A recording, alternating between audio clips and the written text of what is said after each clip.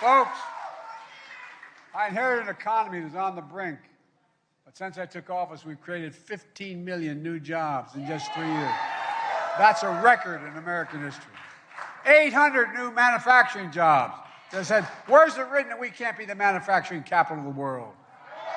Unemployment at a 50-year low. So far, and under Donald Trump, Black and Latino unemployment skyrocketed.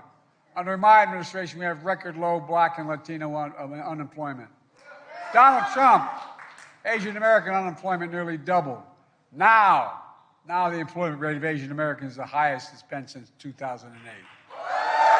Look, we cut Black child poverty in half, cut Latino poverty by records as well. We're seeing the fastest rate of new Latino businesses all over this decade. And the next 30 years, it's going to even be bigger. Look, folks, more people have health insurance than ever before. The racial wealth gap is as small as it's been in 20 years. Wages are back up. Inflation is coming down. Inflation has dropped from 9 to 3%. We've already accomplished a lot, so now let's talk about the future we can build together. It's about the future. For example, Americans pay more for prescription drugs than anywhere else in the world. It's wrong, but I'm ending it. With the law I proposed that we signed, no, not one Republican voted for it, I might add. We finally beat Big Pharma. For example, instead of paying $400 a month for insulin to save seniors' lives, they now only pay $35. You know how much it costs to make it? It costs $10. It costs $10 to make it. But I didn't stop there. We capped insulin at $35 a month. I want to do it for every single American.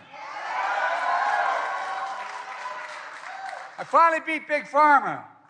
Gave Medicare the power to negotiate lower prices for all prescription drugs, like the VA does. But guess what? It just doesn't save seniors money. It's saving the taxpayers $160 billion. That one thing. Seriously. Cutting the federal deficit. These guys talk about the debt. I don't want to get into that. I'll get carried. Now it's time to go further and negotiate lower drug prices for every drug. Look, we'll save taxpayers if we do that another $200 billion because Medicare doesn't have to pay the bill. Beginning in January next year, it's already the law we passed. We cap prescription drug costs for seniors on Medicare at total $2,000 a year, no matter how much they cost. Because some of you know, unfortunately, you've experienced it. These cancer drugs can cost $10,000, $12,000, $15,000 a year. Now let's cap prescription drug costs to $2,000 a year for every American, for all Americans. And folks, the Affordable Care Act is still a very big deal. It used to be called Obamacare. Over 100 million Americans can no longer be denied health insurance because of a pre-existing condition, because of that law. And not only that, we've lowered the cost of insurance by $800 a year for so many families. And on top of it, Donald Trump wants to repeal the Affordable Care Act. That would mean ripping health insurance away from 3 million Black Americans, 4 million Latinos, and 1 million Asian Americans. I've got news for Donald Trump. Not on my watch. And if Trump and the Republicans try to cut Social Security again, I will stop them. Look, I'm also working to bring down the cost of housing. That's why I want to provide an annual tax credit for the next 2 years of $400 a month over the next 2 years as rates come down to put toward mortgages. If they're buying your first home or you need to trade up a little for more space. That's what's going to happen. And the interest rates will be down. We're cracking down on big landlords who break antitrust laws by price fixing and driving up rents. Now Congress needs to pass my plan to build and renovate 2 million affordable houses and apartments and bring those rents down. Look, we're also removing all poisonous lead pipes, and there's millions of them in America, so every child can turn on a water fountain at school or at home without risking getting brain damage, because that's what's happening. Look, and I'm making college more affordable. It was hard for me and my brothers and sisters to get through college because it was tough, and the tuitions weren't even anywhere near what they are today. By fixing the student loan program, like the Public Service Loan Forgiveness Program, I've reduced the burden of student debt for nearly 4 million Americans, including teachers, nurses, firefighters, and other public servants.